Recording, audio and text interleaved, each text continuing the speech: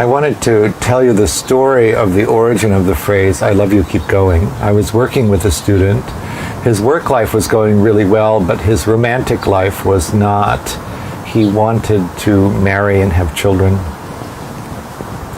And so I asked him to describe to me what his process of meeting someone was, and he said that he would go out and go to a bar or a restaurant, and he would see somebody he was interested in, and then he would introduce himself to her, and then he would text her, and text her again, text her again. And so I asked him, at the end of the day, about how many texts do you think you've sent? And he said, I don't know, 30.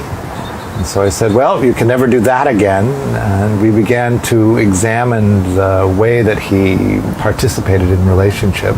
And what we discovered was that he would see somebody that he was interested in, and as he started across the room to introduce himself, the voices inside his head would begin this critical cycle of, you're not good enough, she won't be interested, she won't want you, you can never find anybody.